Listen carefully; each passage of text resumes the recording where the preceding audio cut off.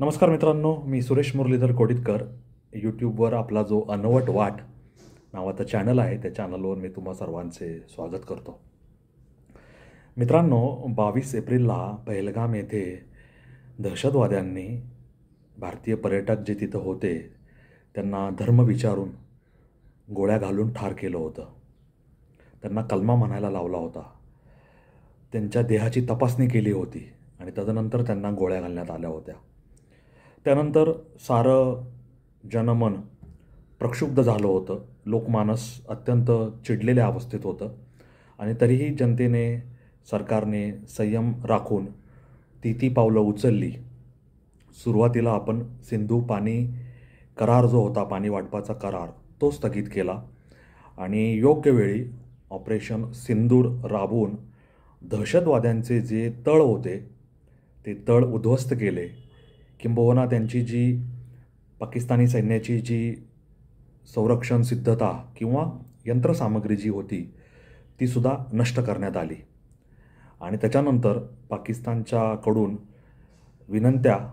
विनवण्या झाल्यानंतर तात्पुरतं हे ऑपरेशन सिंदूर स्थगित करण्यात आलं होतं.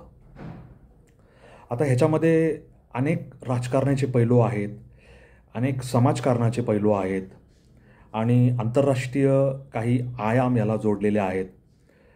तथापि ह्या पलीकडे जाऊन जनतेला असं वाटत होतं किंवा जनतेच्या मनात एक भावना होती की आपले 26 जे आपले पर्यटक आहेत, भारतीय आहेत, त्यांना गोळ्या घालणारे अतिरेकी हे जिवंत सुटता कामा नयेत. आणि ही घटना घडल्यानंतर भारतीय सैन्यदल असेल किंवा जम्मू काश्मीर पोलीस असेल, त्याच्यानंतर पॅरामिलिटरी फोर्सेस असेल, ह्या सगळे त्या शोधकार्यात गुंतले होते.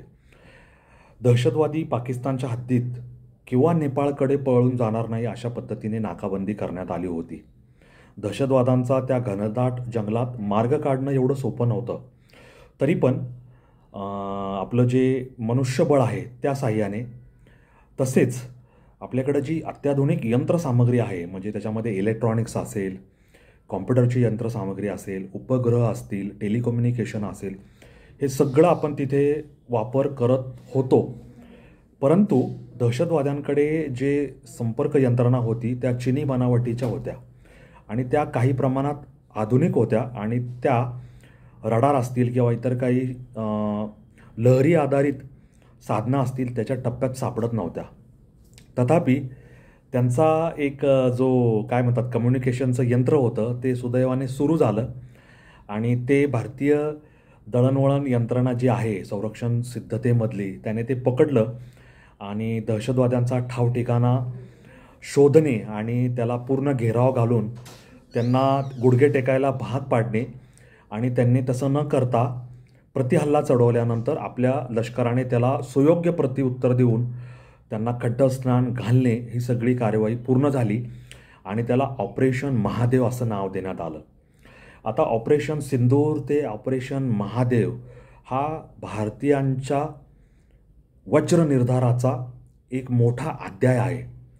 भारतीयांनी संयम दाखवला, संयम राखला आणि कुठलंही आतताईपणाची कृती न करता, आंतरराष्ट्रीय दबावाला भीक न घालता भारताने आपण जे ठरवू ते शत्रूच्या प्रदेशात जाऊन किंवा शत्रूच्या प्रदेशामध्ये सैनिकी कारवाई करून अप्रत्यक्षरित्या सीमारेषा न ओलांडता, स्वतःची मनुष्यहानी होऊ न देता आपल्या अटी आणि शर्तीवर करण्याची संपूर्ण मोकळीक भारतीय केंद्र सरकारने आपल्या ताब्यात ठेवलेली आहे. त्यामुळे डोनाल्ड ट्रम्प काय म्हणले, इतर देश काय म्हणले, चीन काय म्हणतोय, अशा कुठल्याही अपप्रचाराला नागरिकांनी भीक घालता कामा नये. आज या ऑपरेशन सिंदूरला सिंदूर असं नाव का दिलं, असा तमाशा का करण्यात आला, पंतप्रधानांनी आपली प्रतिमा चमकवण्यासाठी ह्या घटनेचा दुरुपयोग केला, अशा प्रकारची दूषणं दिली जात आहेत. तुम्ही प्रतिआक्रमण का केलं नाही, डोनाल्ड ट्रम्प यांचं का ऐकलं, पाकव्याप्त काश्मीर का ताब्यात घेतला नाही, असे नाना प्रश्न विचारले जात आहेत. परंतु काश्मीर ही जी काश्मीरचा प्रश्न, काश्मीरमधील दहशतवाद, आतंकवाद, पाकिस्तानने व्यापलेला भारताचा भूभाग, तो त्यांनी चीनला परस्पर देणं, हे सगळे जे जटिल प्रश्न आहेत, अनुच्छेद 370 असेल, हे सगळे जटिल प्रश्न 1947 आणि त्यानंतर आलेल्या काँग्रेसी सरकारमुळे निर्माण झालेले आहेत, की जे आत्ता सोडवण्यासाठी भारतीय जनमानसाला, भारतीय केंद्र सरकारला प्रयत्नांची पराकाष्ठा करावी लागत आहे. आणि आजचा विरोधक अशा प्रकारची वातावरण निर्मिती करत आहे की तो देशासोबत नाही तर आतंकवादी आणि पाकिस्तानसोबत आहे, अशा प्रकारची एक भावना जनतेत निर्माण झालेली आहे. कारण ऑपरेशन सिंदूर ते ऑपरेशन महादेव आणि आता नुकतंच सुरू असलेलं संसदेचं पावसाळी अधिवेशनात झालेल्या चर्चा या अनुषंगाने स्पष्ट दिसून येतं की भारतीय संसदेतील विरोधक हे कुठल्याही पद्धतीने भारतीय जनतेचं संरक्षण करण्यासाठी सिद्ध आणि सज्ज झालेले नसून ते केवळ ह्या प्रकरणाचं राजकारण करून आपली वोट बँक मजबूत करून घेण्याचा प्रयत्न करत आहे.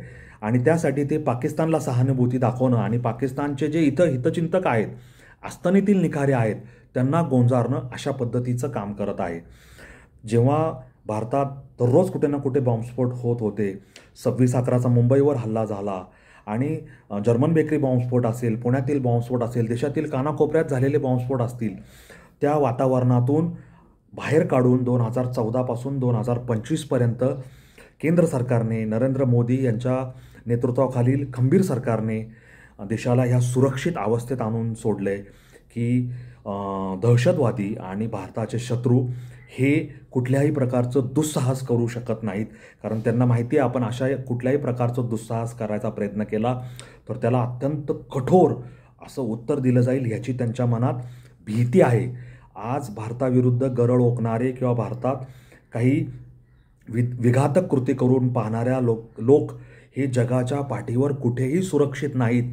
अशा प्रकारचं एक अत्यंत असं कठोर वातावरण, एक अत्यंत असं दक्ष वातावरण आत्ताच्या भारत सरकारने निर्माण केलेलं आहे.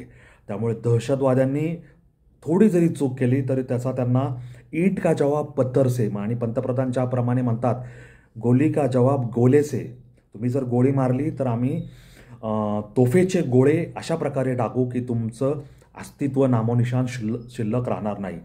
पाकिस्तानने तुर्कस्तानने दिलेली उपकरणं, चीनने दिलेली उपकरणं, कुठून विकत घेतलेली उपकरणं, विमानं वगैरे वापरण्याचा प्रयत्न केला, पण भारतीय लष्कराने, भारतीय रडार यंत्रणेने, इंटेलिजन्स ब्युरोने त्यांचे सगळे प्रयत्न विफल केलेले आहेत.